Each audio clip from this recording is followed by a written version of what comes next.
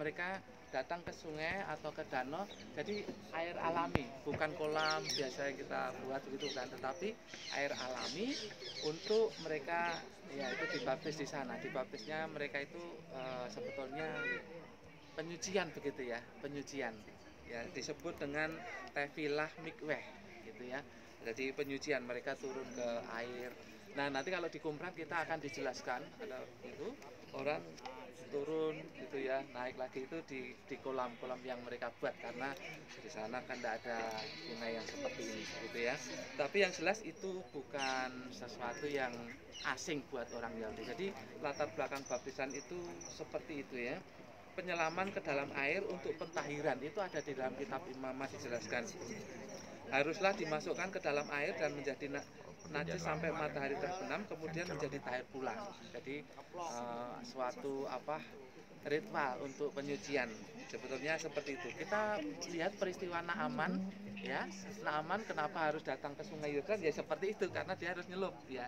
Dia harus nyelup. Itu ritual yang biasa dilakukan oleh orang-orang Yahudi, dan dari sanalah kita mengambil itu ya, mengambil kelanjutannya sebagai baptisan dalam kehidupan kita bergereja. Nah, baptisan Yohanes itu dilakukan pada saat sekitar bulan-bulan September Oktober, itu pada hari raya Rosh Hashanah. Hari raya Rosh Hashanah itu hari raya tahun baru mereka, atau hari raya peniupan serunai. Nah, inti dari hari raya itu sebetulnya adalah sebuah pertobatan. Kenapa Yohanes berkata kasar ya, kamu keturunan ular Buddha gitu ya? Kenapa tidak ada yang marah? Ada yang tahu? Kenapa Yohanes berbicara begitu tapi tidak ada yang marah? Kenyataannya kayak gitu. Karena Yohanes itu imam, ya kan? Dia kan keturunan imam. Yang bisa membaptis atau mempertobatkan orang itu imam. Jadi dia mau katakan apa, kamu keturunan ular budak atau apa saja, tidak ada yang marah. Dan orang-orang berbondong-bondong datang kepada Yohanes untuk dibaptiskan karena dia seorang imam. Nah, itu yang kita bisa tahu.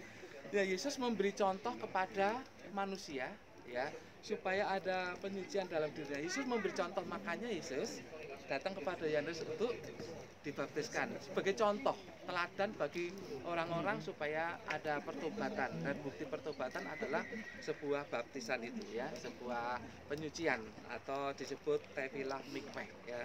Itu Yesus memberi contoh. Selain itu Yesus akan mengawali pelayanannya.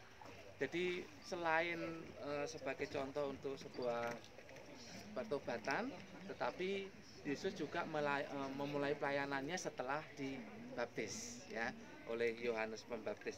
Seperti itu kira-kira yang bisa saya jelaskan. Jadi sekali lagi ini bukan sebuah baptisan tetapi rededikasi ya, pernyataan iman kembali. Ya, saya paling tumpang tangan, Bapak Ibu nyelup sendiri gitu ya, tumpang tangan, tapi saya tidak membaptiskan, tidak membaptiskan seperti biasa. Saya hanya tumpang tangan, nanti nyelup sendiri begitu ya. Ya, jadi nanti Bapak menggelem sendiri, tenggelam sendiri. Makanya kita cari yang harus agak dalam supaya bisa sampai kepala gitu ya. Oke, Mas, ada yang dipertanyakan? Tidak ada ya. Kalau begitu nanti satu-satu kita ke sana ya. Yang paling atau di sana? Nah, di situ aja. Itu lebih dalam ya. Oke.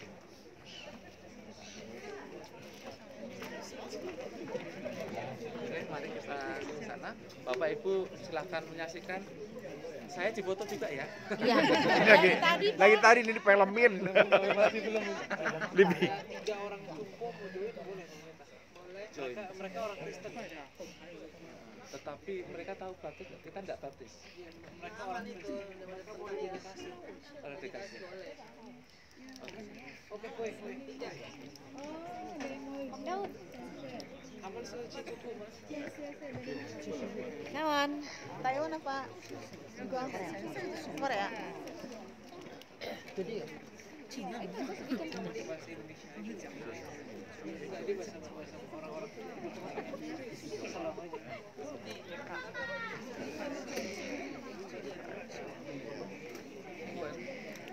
Kapan situ tuh mas? Oh, Situ tuh. Oke, orang Kristen.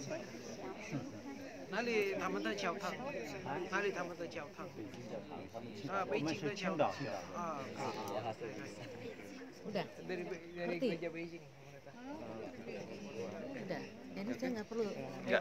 Nggak pernah aku bantu ya? Pak Sony saya nggak perlu. Nggak perlu bantu ya? Udah. Nggak maksud saya udah ngerti belum? Kalau Aku nggak pakai saya bahasa yang mata ngomong kok. gitu.